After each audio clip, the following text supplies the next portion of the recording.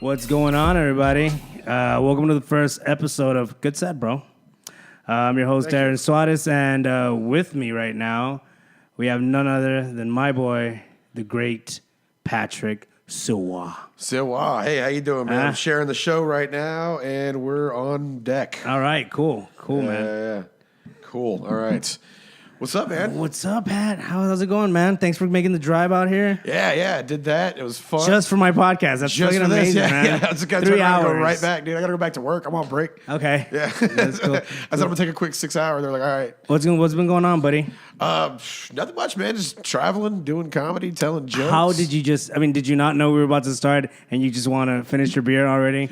Well, yeah, I tell you, I be going through these mix, man. I gave him this beer 2 minutes ago. 2 fucking minutes ago, I gave you that beer. Yeah. Well, you know, that's what happens to beers. It's a natural evolution of a beer. Okay, that's true. So what's up, buddy? What's Nothing going much, man. Just drove out here to Laredo today. We're doing your show later. That's going to be fun.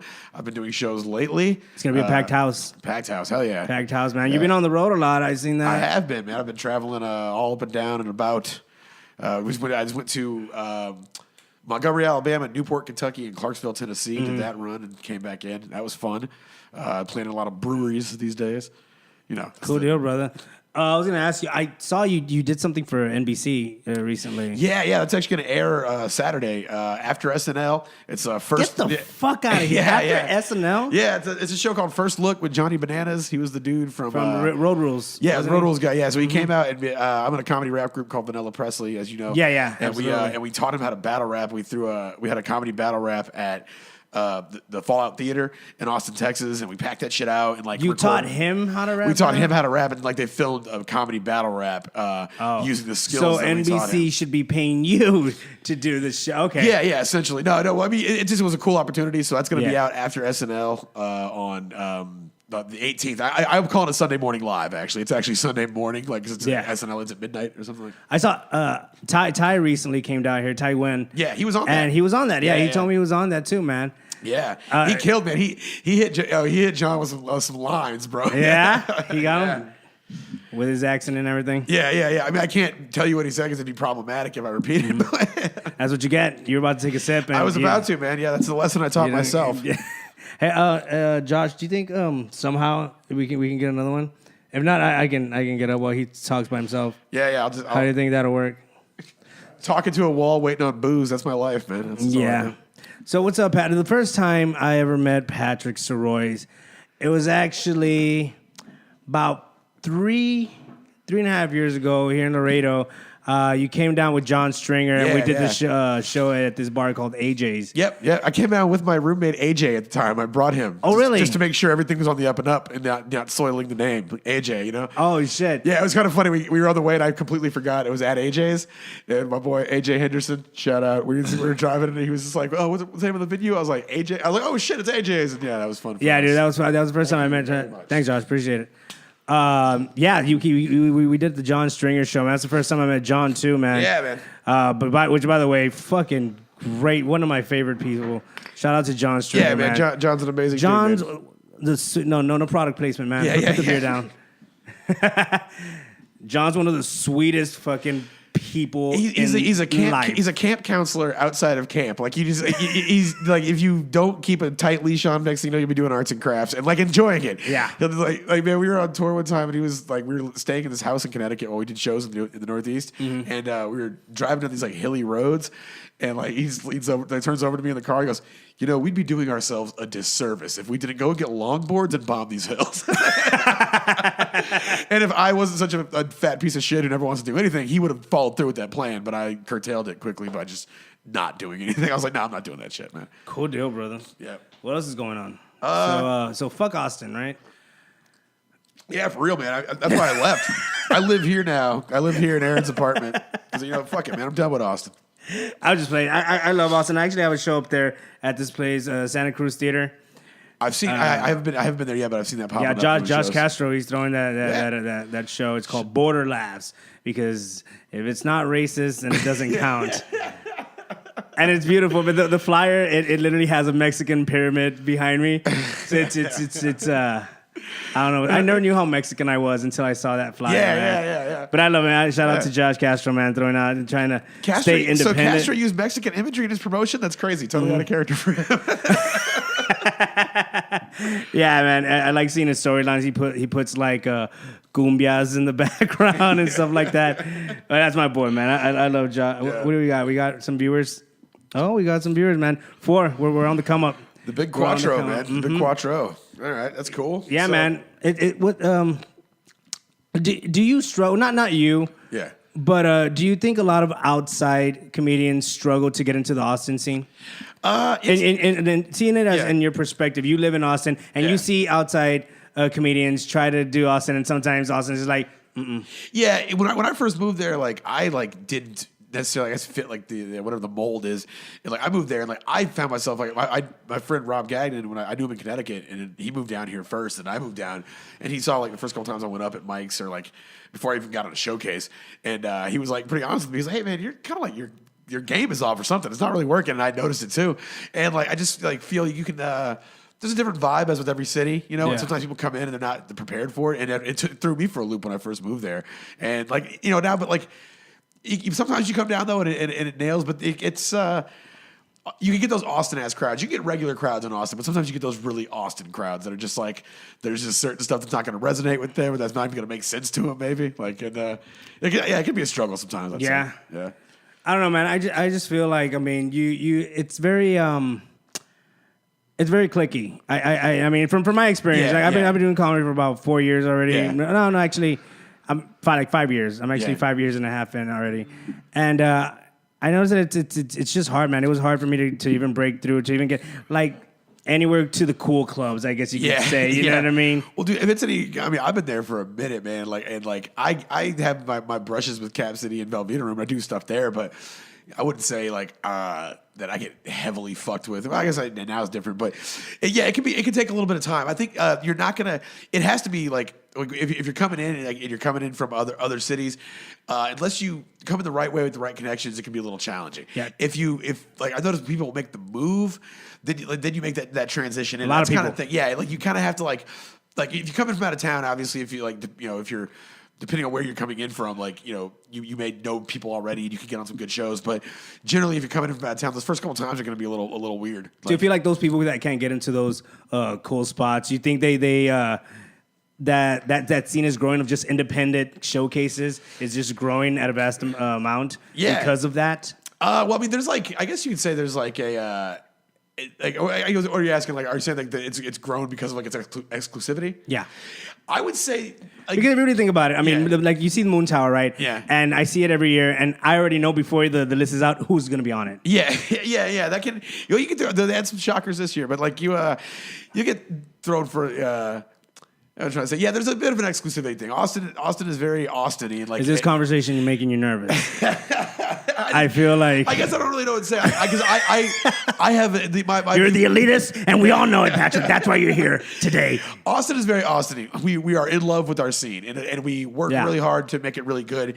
And sometimes it can... I've had people that are trying to come up from Houston, like Chico Bling came into town, and I remember the first time he came in, my boy Chris tried to lobby for a show for him, and it didn't they just weren't snapping at it. It was like, yo, do you guys know who the fuck this is? It's Chico Bling. You put his name on a flyer, he's going to sell this whole fucking place out. And just because they were so, there was a clickiness that kind of at that time, they had their head up their own ass and had no clue who this guy was and didn't respond to the email. And so so that's that kind of shows that there could be a very exclusive kind of feeling, but internally, it's a scene that we're really proud of. We worked really hard to get it where it's at, and we have kind of it's been a lot of the same people and same figures for so long that there's long-standing traditions behind things. It's the FPIA contest is fucking that's dope. I like it's that. A year older than me. It's 30. It's 34 this year. I feel like the FPIA contest gives everyone a fucking opportunity. Yeah, to shine. You also dark horses that just go straight from they'll roll through. But that's where I guess when you say I wouldn't say it's elitist. It's just I guess technically is the definition of elitist. But we like there's some long-standing traditions in the scene that I don't think a lot of scenes that are newer have that history behind it. Yeah. And so you feel kind of like you're part of a pedigree. You're like, this is Austin comedy. I can go to the Velveeta Room and you can look at back and see photos from the 80s where it's dudes just like keeping Austin comedy alive, and like the King of the Hill shit was born out of it. A bunch of people from that show were part of Austin comedy. It's had a few pops nationally before, and so it feels good. And so sometimes it can lead to being a little exclusive, but like I assure you, on the inside, we're in love with ourselves. Cool. Fuck you, man. Vanilla Presley. How did that come about? Vanilla Presley. First of all, the name. Yeah. I was just like, thought it was funny, like Vanilla Ice and Elvis Presley. It was just two white dudes doing black music. So I thought that was funny, like a nod to that. Vanilla Presley, like a nod to like, hey, we get it too, you know? we also understand what's happening here. Yeah. So. Have you always done music before, like comedy? Oh, yeah. I used to, when I was younger, I thought I was going to be a rapper. Like that was like I recorded like 2 CDs worth of material. Like I was always like, you don't understand, Mom. Yeah. Junior. Yeah. Yeah, man. I thought that was gonna be my gift to the world because, like, yeah, I grew up in like Clean Coppers Cove and that area, and so it's like it's a little rough and weird over there. So I was just like, yo, Fat Pat from motherfucking Washington Street, baby. Like Pat. Yeah, it started out as Fat Pat, and then it just became Peasy. A lot of people call me Peasy. Like a lot of comics like in Austin still call me that because it's my fucking Twitter handle. But yeah, Peasy. That's my shit. I was gonna record. I had CDs. I was in a band too. I was in a hardcore band for like 4 years. I was a screamer. Shit. Yeah, we toured around in Texas and I did all that shit. When you started doing hip hop, who was your influence? Like, what kind of style of music? Because I used to do music too. Yeah. I used to do a lot of hip hop music too. Yeah. But I never grew out of the 90s scene, man. I never grew out of the boom bap scene, you know what I mean? Yeah. I would say like the first rapper that I loved, that was my favorite rapper of all time, was Warren G. I was a huge fucking Warren G fan when I was a kid. Stylistically, I'd say he has very little influence on me now, but the one who got me into like writing and want to do my own shit, as cliche as it sounds, is Eminem. When I started hearing when I heard that first like Slim Shady LP, I was like, oh shit.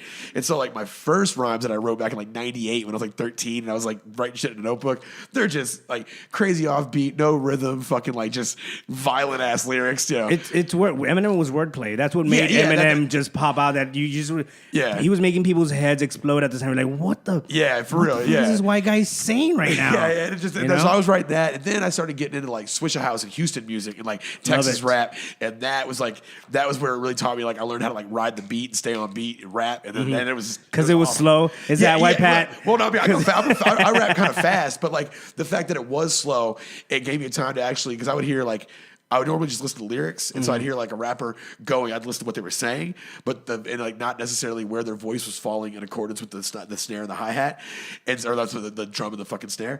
And so like I was like, oh, okay. So I started listening with the Swishahouse shit. It was slower, so I could hear like, man, I came down, then I did this, and I was like, oh, they're falling on the instruments as it goes, and that like kind of unlocked it. Now I can rap fast on beat. Cool deal, man. I don't know, man. I guess I say till this day I stayed stuck in that genre in that generation because I don't know, man. I feel I can't get into new age. I feel like it is my age because I feel like whenever old people, like you don't know what good music is. You know what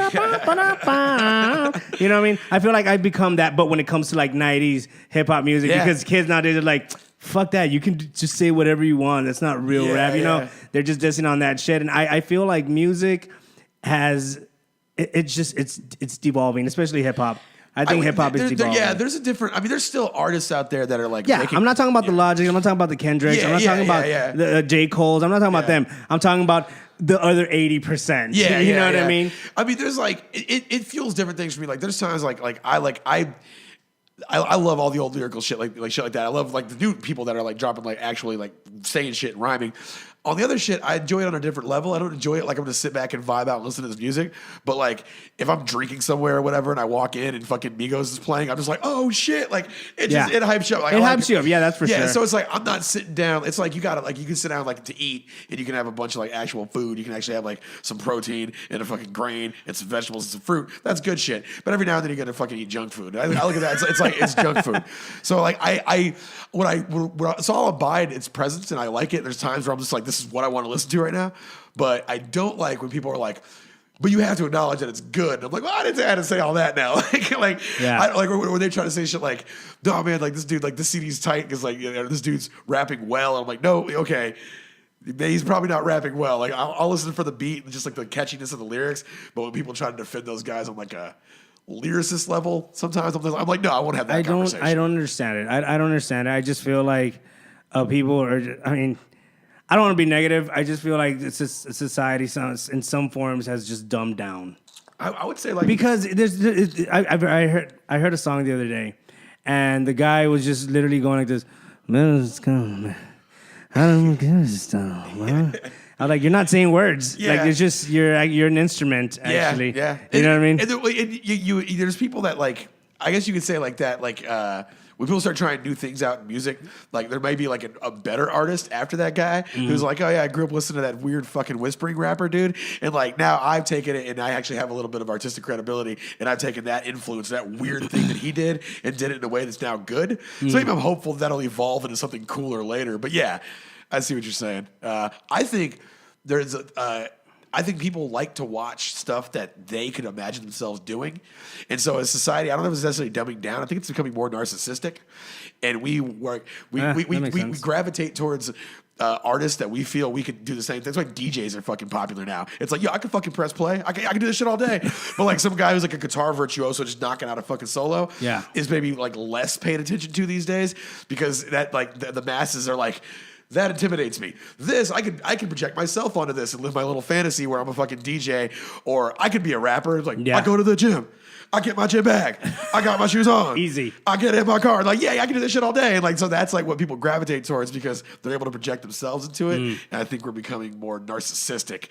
I'd say more than dumb. But I guess, yeah, narcissism is dumb. So, yeah, another thing I want to talk to you about, man, and being that you're in Austin, also, censorship, man. Censorship in comedy, man. What are your thoughts on that? Because there's a lot of things going on right now with censorship, and well, I think you can still say whatever you want. Like anybody can say anything. Like you can. Are you afraid of maybe sometimes saying something that might rub someone the wrong way, even though you're not ill intent? Because there is some comics that might use race or whatever to be ill intent. There's a lot of comics with agendas out there, on the good and the bad side. You know what I mean? I don't like comics to have agendas when they get on stage. I like comics to just go on stage and entertain, like be funny. But in like for you personally, are you ever afraid, or do you have to look at your nose and be like, I shouldn't say that? I think like you. How to put it? I'll write stuff sometimes. Like I tend to not write about like stuff that I think would be super offensive. I think like not on purpose. I'll just write things that are generally funny to me that don't tend to tread that. When I write when I do write stuff like that sometimes, and you get the reaction, I think it weeds itself out. Like I've never done anything that's so crazy where people like immediately heard it and got up and walked out of the room. Yeah. Because like I just don't feel like that's like most funny stuff doesn't lie in that territory. So I don't tend to write in that direction. Sometimes I'll veer off into that direction and you'll get the reaction from the crowd and you can go, okay, well, I can either learn from this and realize that made this crowd uncomfortable and they're not going to laugh at it, or I can double down and say that it's my right to say it and that they need to fucking get up on my level and I'm speaking out for freedom of speech. And it's like, well, at the end of the day, your job is to make that crowd laugh, and that those people walked out. So if people are laughing, I think there's like a built-in kind of just understanding and forgiveness. But if nobody's laughing, I think that weeds itself out. Yeah, absolutely. Yeah. But how about other comics censoring comics? What do you think about that? Yeah, I do think it goes too far sometimes. There's times where it's stupid. Like I remember like when Ralphie May died, and like a comedian that I'm good friends with, who's popular on leftist Twitter, like was like, "Hey, R.I.P. Ralphie May." Like every time, like every comic I've ever known that knew him said he was an amazing person who just like, like did all the great heartwarming things people know him for. Like cited that, and they just come with like he used to do racist and misogynistic jokes, and it was like the one about like, like him getting head or whatever. Like he did like some jokes about like Native Americans where he did like an accent or whatever. Yeah, and like they were bringing up shit like that where it's like, dude, and he apologized for that too. Actually. Yeah, he apologized for it. It's like you have to like, you can. I think there's like a automatic litmus test for like if somebody's heart, where it lies at, and what stuff is. If you're just doing something where you're doing a voice, and people are like, that voice is kind of problematic, then that's something that like I don't think that person was trying to be offensive or trying to hurt. Yeah. But then there's stuff like you have in a comic with an agenda where they're obviously trying to hurt, and so I think you can draw the distinction. Sometimes it doesn't. Sometimes people get blasted for a joke that it's like, yo, come on, nut up. That wasn't bad at fucking all. And like, yeah, I get mad at that sometimes when I see it. Like, I think that I don't know. I feel kind of things like level themselves out at the time. I still see comics do edgy ass material and they do it the right way and it's still good. And there's still comics like, I mean, Cumtown is a huge fucking podcast and they say all sorts of wild shit that you would be like, yo, that you couldn't say that on stage at like an Austin open mic. Well, you could at an open mic, but not like a showcase. Like you couldn't do that. Yeah. But they're saying it, but it's like the people who have criticisms against it, it's like, yo, they're also being genuinely fucking funny. Like that's well constructed humor. So Is there any topic that's off limits? In your opinion, any topic that's off limits? I would say, I guess no topic is technically off limits. Again, I feel you can say whatever you want. It's up to people's reaction to it is what matters. But you can when people talk about rape jokes, I feel at this point what are you adding to the conversation? Like, who are you that you're going to write that one joke that it's like, oh, you say we can't talk about rape? Well, then I couldn't have provided you with this rape gym.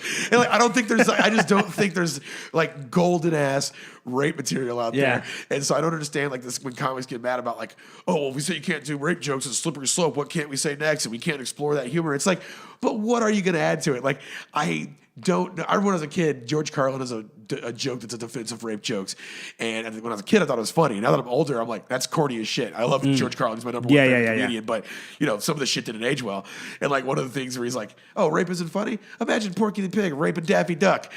And as a kid, I was like, it's funny. Now I look back at it and objectively, if I heard that at a show, I would kind of be like, if I was getting a drink at open mic and I heard that, I'd be like, what the fuck? I wouldn't be offended, but I'd be like, that's not a strong joke. It's a pig raping a duck. Yeah, it's I'd be like, I get what it's he's nature, going. man. Yeah. And nature is beautiful, not funny. But yeah, so I just I get that. So I just feel like sometimes people when they're like, oh, I can't talk about this, it's like, okay, well, what were you gonna bring to the table? Were you really gonna bring some fresh ass new perspective? And I also to add to that. I think if you get called out on it, people go, that joke's really shitty, actually. You shouldn't do that. Then, that should be a precursor to be to actually go back and think about, you're right. Yeah, maybe I shouldn't do it. And then now you become stronger as a comic. So I think everybody should get a chance they get addressed and they say, hey, man, that actually was pretty awful. And then they if they go, oh, yeah, and you explain your reasons. Just recently, there was a show in Austin that had some culturally insensitive shit about, it was at an Indian restaurant and the flyer had some stuff that was not exoticizing. It was really leaning on the Indian stuff and some Indian comics were that's kind of, it calls it enjoying exotic foods is what it said. And they were it was exotic open mic or some shit like that. And they were yeah, well, there's a thing when you start calling foreign cultures exotic that that's why we don't say Oriental anymore, shit like that.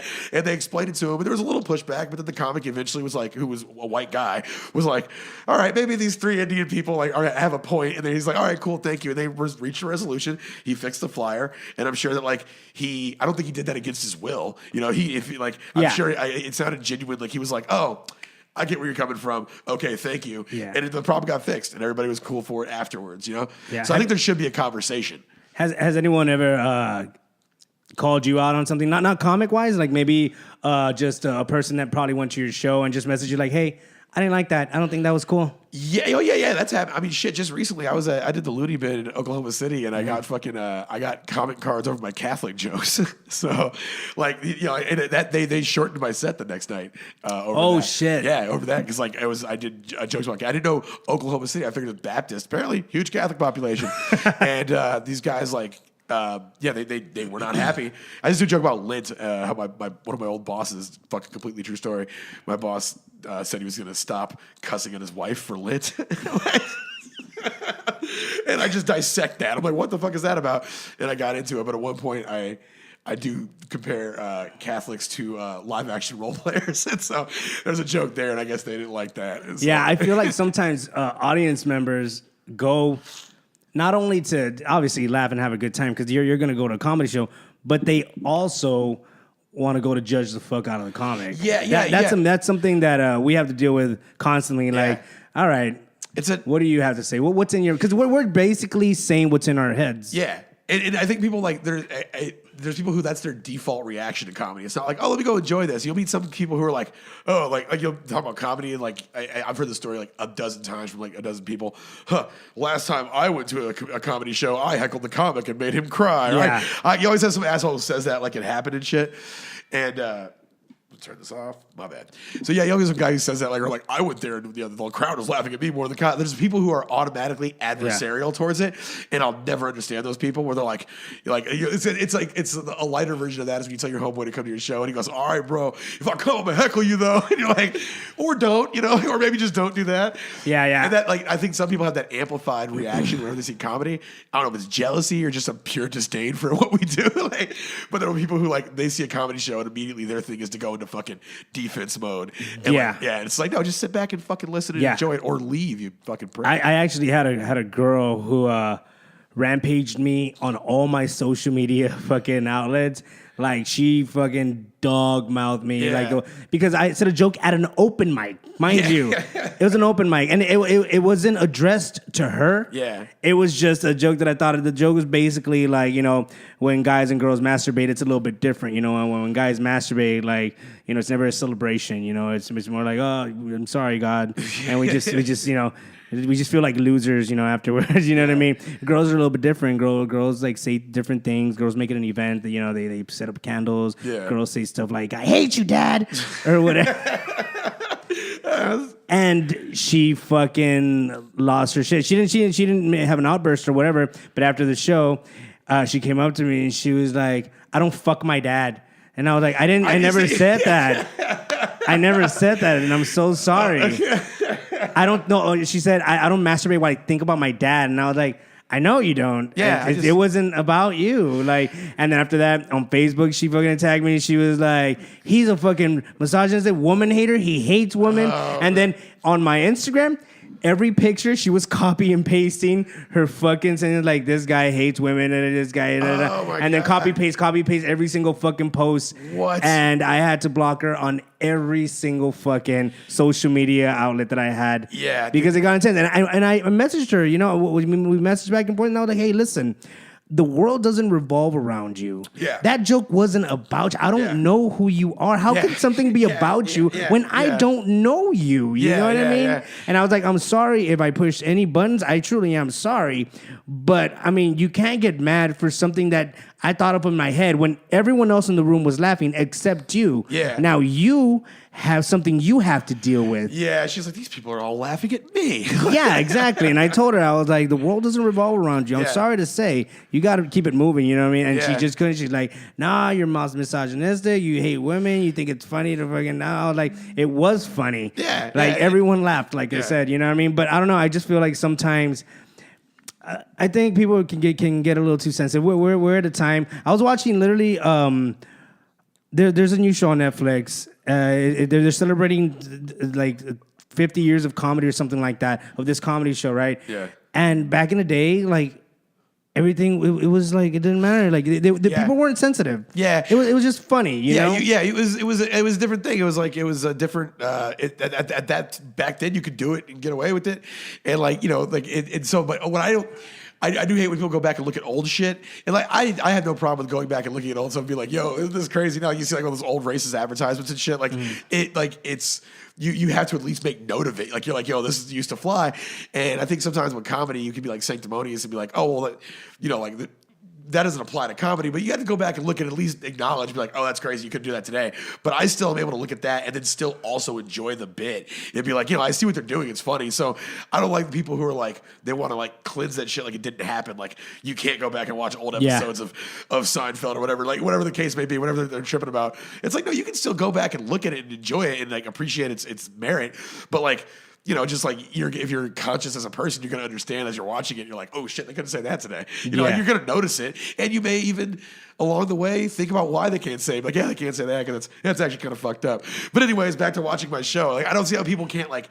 It doesn't have to be one way or the other. It's I feel you can acknowledge both opinions and be like, yeah, I understand that's how I shouldn't act moving forward, or that wouldn't fly moving forward. But I can also appreciate what was going on back then. I feel you can do both, but I guess, you know, some people. Yeah, man. I don't know, man. I don't know if it's just because I'm too hard-headed or something. I just go by the crowd. I mean, if I see a room full of people laughing, and another comic tells me, hey, you can't be talking about that. I was like, well, I don't do it for you, man. Yeah, exactly. Yeah, another I mean? comic says it. Like, if you're like, there's times where like if a bit's killing, like, you know, that's undeniable. And like, I think there's times where it'll happen where somebody's saying like, yo, I'm offended, and then like the bit's not killing, but like if the bit's killing and somebody's offended, it's like, yeah, well, fuck off. You know, like it's obviously like the general consensus is that they're not offended. So, you know, until like I think if it's funny, it's funny. It's a weird. It's hard to like articulate to people. I don't think who do comedy. We're like, well, could you say this? Could you say that? It's like, well, if it's funny, it's funny. Like, there's people who like Anthony Jeselnik says insane shit and is like nobody's called for his head yet. I mean, like he's just because it's like he's funny. That we know about because I'm pretty sure that fucking guy gets on Twitter it's insane. On Twitter, yeah, the people that hate him, but like he's not losing shows, he's not losing fucking bookings. You know, he's doing his thing because everybody understands at the end of the day. It's like, yeah, it's just a well crafted joke that he obviously doesn't fucking mean. Like, you know, like so. And so it's hard. Like that's the distinction. It's like it's funny. It's funny. You can get away with it. You said you had a podcast, right? Well, what's the podcast called again? It's called Lie, Cheat, and Steal. You can find that on Google, Stitcher, iTunes, all the places. Grindr. Yeah, it is on Grindr. You have to swipe right, and then you can listen. So I don't know how apps work. Me neither. I hope it's right. Well, I've never been on a dating app, so whenever I drop like the swipe right, swipe left joke, and like as a tag in comedy, I never quite know if it's right or not. I'm always like, yeah, swipe right on that or left, whatever. You know. Oh shit! Literally, fucking Willie Barcena just fucking called me. Oh shit! I hope he doesn't hate me, man. Did I say anything? That guy's scary, man. I love Willie Barcena. Shout out to Willie. Hey, Willie. Fucking Willie Barcena's fucking amazing, man. He's just very intimidating. Scared of Willie. Fucking, what was I going to tell you? Is there any city that or any state that you really love going to do comedy? I mean, obviously you love doing comedy in any fucking state you get on. But is there a specific city and state that you like? Fuck yeah, can't wait to fucking go there. I would say I loved. I have a funny time I go, but the state that I've revisited the most would be Oklahoma. And like I've done 4 shows, I did like 2 shows, and then I did a run of the Looney Bins back like in August last year. So I've done like about 7 or 8 shows like in Oklahoma. And that's what I've gone back to the most. It's always been like Oklahoma City and Tulsa, and I fucking loved it. I've had a good time. So that's weird. But so that's the only one I would have a basis where I'd be like, oh, I've gone several times. Like, I mean, Texas I love because I do it all over. But like I've done Connecticut a bunch, and I like it up there just because I know the people. But Oklahoma's the only one like in the infantile development of my touring career that I've gone back to several times on several different occasions. So I would say Oklahoma by default. You win. And coming from a Texan, that's a big give. You know? Yeah, that's cool, man. How long have you been doing it for? 11 years. 11 years. Yeah. Jesus, Pat. Yeah, I know. Yeah, this is what it looks like, folks. Don't do it. Like I'm 33 now. I started when I was 22. I was thinking about this lately. My entire adult life was sculpted by this shit. Like, you know. Like I got old to drink, went to bars for a little bit. The whole time I was out, like doing your early 20s shit. This shit was like very heavy in what I was pursuing. So my entire life has been spent sitting around at bars talking shit with comics, and I'm happy about that. Yeah, drugs, love them, hate them. Man, I don't hate them. I'll tell you that. You're a pot. You like smoking pot, right? I smoke weed. Yeah. I feel like I can say that on a. Do you feel like we're getting closer? You think Texas is about to give in? I've heard it's getting closer. I guess I don't know. I don't feel like I live in a world where weed is illegal. Like I think that like it's so readily present, and I live in Austin where you just smoke and fuck anywhere. Nobody, literally nobody gives a shit. You know, I've been asked to like by one bar I've been at where somebody asked people to quit.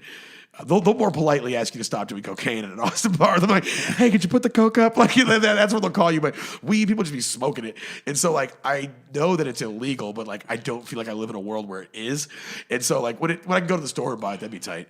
But like, you know, for the time being, if it comes, I would like it too. And I would like to be there to be some, if they legalize it, I would like to see people get reinstated or backdated on some fucking pay for going to jail or get some shit excused. I think they're doing that in some states. Yeah, actually. I think it's the only thing that makes sense, I would say. But fucking like I would like to see that happen. But yeah, if it comes to Texas, that'd be the shit, man.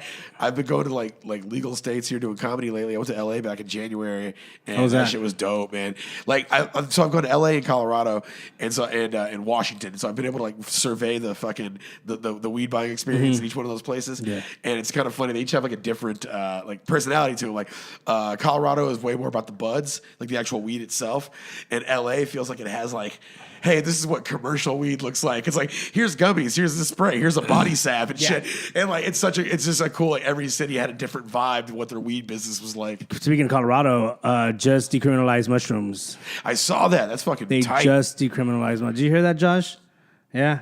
You're about that. Our producer here, Josh, he loves the psychedelics.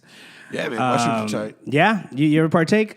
Yeah, I've done mushrooms plenty of times. I fucking look, I jokingly now, like, as I get older, like I just think about like the amount of time that one has to have on hand to do psychedelics, and that's like I was like, oh fuck, man, I don't have 8 fucking hours. That's what keeps me away from them. It's just like I'm like, yeah, that'd be cool, but I'm like, well, then I gotta go do this shit later, and I'm like, yeah. So like, if I had a freer schedule, I'd probably do it more often. But yeah, I've done mushrooms one time in my entire life, just one time. Started off great. Yeah. Ended very badly.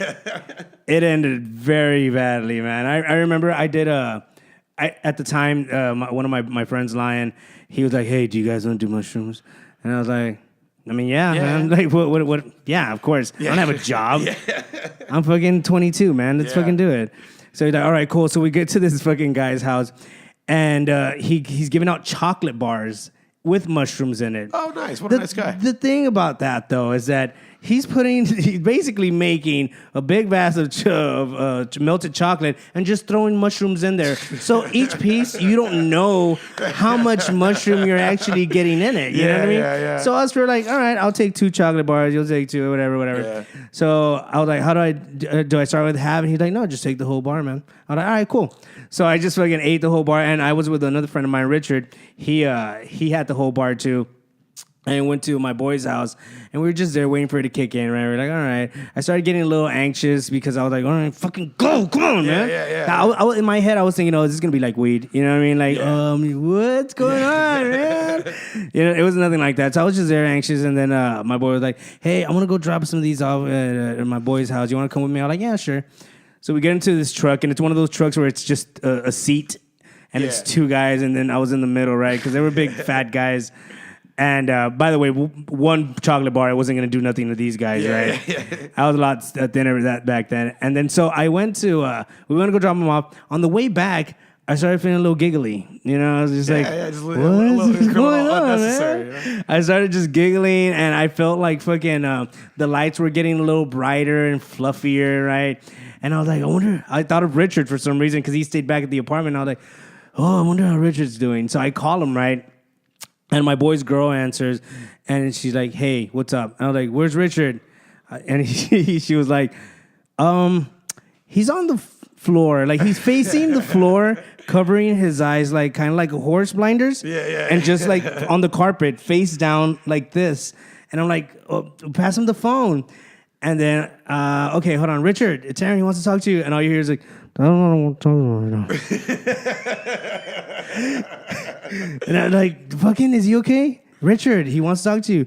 I don't want to talk to him right now. Just something. So I was like, all right, cool, man. Whatever. We're heading back that way. So we go back, right? Richard's already on the couch sitting down, right? And he's just like, looks like a fucking eagle. Like fucking his pupils are dilated. So I'm like, all right, Richard's cool. He's not dead. So I sit on the couch.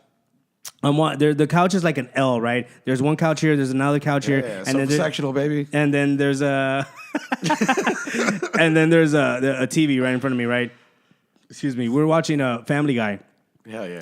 And at some point, Peter Griffin's on there, right, or whatever. At some point, the color of the cartoon starts moving away, and the outline is still there.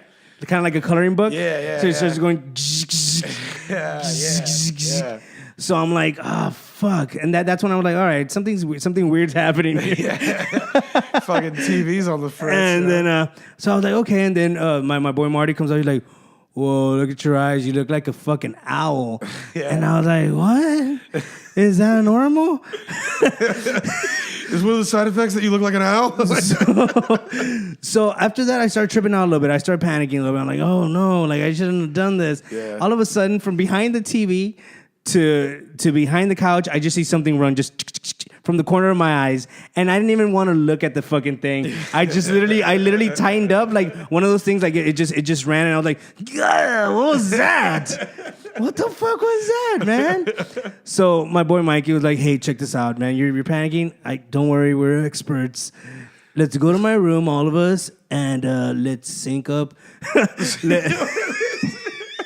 Let's sync up Pink Floyd with Space Odyssey.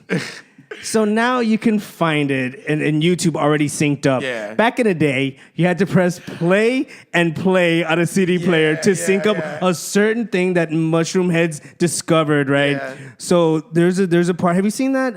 I always thought it was Pink Floyd, Dark Side of the Moon, and Wizard of Oz was what I always heard. Well, there's that one, but there's also Space Odyssey. Oh, shit. That one's more intense than whatever the fuck Wizard of Oz That is. bullshit ass yellow brick road. And because it's like planets and it's like time travel and fucking all this weird shit, right? So we're just there and fucking I'm just sitting down on the fucking what's it called? Those beds, the fucking the ones that bust out. Futons. The futon. I'm sitting down on a fucking futon. Of course, there's a futon there, right? And I'm sitting down and I'm watching this fucking thing happen, right? And you just hear fucking Pink Floyd, no, and then and they're going like through a space warp or whatever. Yeah. So the fucking whole like stars and all this trippy shit, it starts getting out of the fucking TV, and I'm just like, what's going on? And then I'm already having a bad trip, by the way, this whole time. Yeah. Just terrified the whole time. Terrified the whole time. And there's this part where I guess a guy travels through into the future, and there's a guy eating, and the camera's panning like to be behind the guy. The guy's eating, and it's going panning to his back, and then the guy stops eating, and he just goes like this, faces up, and then in my head I'm like, oh shit, he knows. He knows we're here. He knows I'm here. Shut up.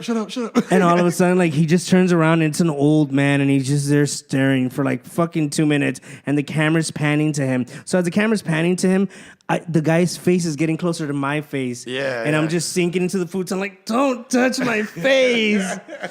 And I start panicking, and then I start looking around, and everyone that's around me, they're normal, but I see them like this. Yeah, like pissed off at Like, you. they were all pissed off at me. I was like, what's going on? And then there was this white guy there all the time named Glenn. He had big, messy hair. Solid white guy name. Yeah. he had a messy hair, right? All the time. And he was always drunk. I know a Glenn who has messy hair. And he was always drunk. That was his thing. He was like, he had this thing called, he had a game called Beer Shots. It wasn't a game. He just like taking shots of beer all night. He had this game called heroin, right? He was really good at it. So Glenn was sitting down drunk as fuck, right? And I turned to him, and he has messy hair, so I just saw horns, and Glenn just like, it was not good. Man, there's some people just look too weird. It was like, he was just true. It's like, not with you. Cause like, So my boy Lion, the one that originally gave me the mushrooms, he like fucking. Did he turn into a lion? No. He gets like my bag and he's like, hey man, just like fucking chill, enjoy it. Yeah. But in my head, I just heard, enjoy it. And I'm like, no. And then I just fucking, I can't do this. I walk out of the apartment with my I refuse to enjoy this. a big bottle of water, right? And I'm just like, I feel better. As soon as I walked out of the apartment, I felt instantly better. Come to find out, it's better to do mushrooms outdoors or something like that. It's an outdoor thing, yeah. You know what I mean? Inside can feel a little oppressive. Yeah. So I went outside and I had a fucking water bottle, and all of a sudden there's a big fucking tree there, right? And I just hear and I'm like, what the fuck? So it's like 4 a.m, and I'm yelling at a tree, who's there? It's not good. So rounding up the night, right? It's already like 5 a.m, and my boy Lion takes me and Richard back to my place. And we're sitting in the back of the truck. And the calm down of mushrooms, especially, I don't know how much mushrooms I took because the calm down was very retrospective. Like, it was very like, why do I do this, man? Yeah. What is life? And I was like, I can do better things. You know, like I can be a better person. Actually, I was like, I can be a better person to people. Yeah. I can be a better person to myself. Yeah. Like, and then all of a sudden, Lion is like, do you guys see those ghosts over there? Like his trip was barely starting at 5 a.m. You know. And that's the experience I had with shrooms, man. It's I never tried it again. I feel like I would. Because now I actually know what to look forward to. The first time and I would be more prepared into, like, I would rather go to like a park and fucking chill for a while and have someone that's not doing shrooms with me. Yeah. You know what I mean? So I don't know, man. It's shrooms are pretty fun. Yeah. They're scary. They can be scary. Yeah. I've done them a bunch, man. Like we just like there's just like just times where like I remember one time I fucking we did them and we ate them and we had nowhere to chill at. So we ate them and like we're supposed to hang out at my boy's house and he was like one of my homeboys, it was like he didn't do it with us. It was three of us, two of us did them, and he didn't do it. But he's kind of a dick. And we were like, he's like, we wanted to kick it that night. Though. I was like, can we kick it in your living room? He's like, I don't want y'all on shrooms at my house. Let's go somewhere else. I was like, well, fuck you. So we had to like find somewhere. So I called my homeboy, who remained nameless, but he's married. And I called and I was like, yo, what's up, man? I was like, check it out. We got some shrooms. We got about 16 minutes for this all goes off the fucking rails. Like we were like, I was like, we are on borrowed time right now. We've already eaten them. We have more for you. Can we come over? He's like, help. He's like, bro. He's like, I just fucking put my head down on the pillow, dog, to go to sleep, man. He's like, otherwise I would. I was like, all right. And so we hung up, and then he called back, and he goes, do you have enough for my wife? And I was like, we do, actually. He's like, all right, come on over. And we hung out in his fucking garage all night. It was so much fun. And there was a chalkboard, a huge chalkboard with chalk. And so, like, we were just... There was just, like, caveman paintings by the end of No, what there was a huge conspiracy web. And we were like we were just laughing our asses off. It was my homeboy, we were listening to like a fucking Kanye song, and the speaker was right next to my homeboy's head. He's like, man, I feel like Kanye West is just screaming at me right now. So throughout the shroom joking, it turned into like Kanye West is Beyonce, or Beyonce is Kanye West, and like you ever see them in the same place at the same time? And so like we're just laughing our asses off, and I'm like writing on the fucking like the chalkboard like conspiracy, like Kanye, Beyonce question mark, and like all these little offshoots and shit, and we're just laughing our asses off, like writing the stupidest shit on this chalkboard. That was beautiful experience. Yeah, mine not so much like that. Mine wasn't like that, man. Yeah, I forget my first one. I tripped. I was I remember being fucked up. I was like a teenager, so. But now, like, I feel like at the time, and also like when I was a kid, like your fucking slate is blank. And right now, I'm like, yo, I got some shit I don't feel like unpacking right now. You know, like I don't want to take some shrooms and have to fucking confront what's knocking around up here, like the stresses you experience at 30, in your 30s, like in your 20s or whatever. Now I'm just like, I don't want to take shrooms. I'm not in a position to be analytical right now. Like, I will not like what I see. Yeah, man. I'm 34, man, and my body is telling me, hey, man, fuck you, dude. Why would you do that to us all your life? Yeah, dude, I've been taking it really easy on the beers lately, and then like when I do drink, and I just wake up like this was what I was doing. Like I was feeling like this every fucking morning. Yeah, it's great. Yeah, no shit. No, yeah, I know exactly what you mean, man. Now you don't wake up like you used to. Like I want to go get some pancakes or something. Now it's like, I'm not gonna go to work anymore. Yeah, I'm gonna quit today. Who needs jobs, man? Yeah. So what you got coming up soon, brother? Coming up, let's see. I'm gonna be on the road. I'm gonna be. Let me break out the calendar here real quick. Bada bing, bada bear. All right. No, not update storage. Here we go. Calendar. So I'm going to be in the states of Wyoming and Colorado. It's be at the Saratoga Hot Springs Resort in Saratoga, Wyoming on Friday, the 7th of June. And then I'm going to be in Palisades, Colorado at the Mesa Park Vineyards. That's going to be on the 8th of June. And then I'll be in Pflugerville, Texas on the 9th of June. That's how you fucking pronounce it. Pflugerville, yeah. I always say plunge. Plungertown. I'm going to be in Plungertown, Texas. Come on out. Cool deal, man. Any other projects you might have coming up? Yeah, my podcast, Lie, Cheat, and Steal. Check that out. We actually got our Patreon coming out Tuesday. Yeah, we'll put the links on the. Yeah, cool. Lie, Cheat, and Steal. It's a podcast about it's non-murder true crime. It's about scam artists and liars, frauds, thieves, and bullshitters. It was do stories. Oh, so comedians. It's about comedians. Yeah. Okay. It's about people who, if they got into comedy, they'd be either famous or banned from every club in the nation, and instead they chose a life of crime. So we do that. Check it out. You can find it on iTunes and shit. We're on Twitter at LCS Podcast. I'm on Twitter at PZTX. Look for us on Facebook as well. What is the NBC show called? The one that's coming out? NBC. It's going to be on Saturday. This Saturday. Yeah, well, technically Sunday morning. I'm calling it Sunday Morning Live, but it's right after SNL. It's on First Look with Johnny Bananas, and we're going to teach him how to battle rap. It's the season finale. So dope, man! Congratulations, man. Yeah, thank you, man. It's going good. So. By the way, we have a show tonight. Actually, yeah, that's why I'm here. the comedy. No, it's not. You want to do this podcast. At the Comedy Happy Hour, man, Patrick Sirois is a fucking true killer, man. We're happy to have him here. We got Roger Ramirez, my road dog, my boy, and Francisco Flores, another road dog of mine. We hit the road together, and we go by the Boys TM. The Boys. Trademark. Yeah, man, so it's going to be a great time tonight. If you're in Laredo, which obviously you are because that's probably the only people that are seeing this podcast. Trending heavily. What are we at? One person watching? 2? Oh, shit. Dose. 2 people. The big dose. What was the biggest number we got? 5? 7? Seven. Yo. Oh, hold on. I wish I would have talked about earnings before this.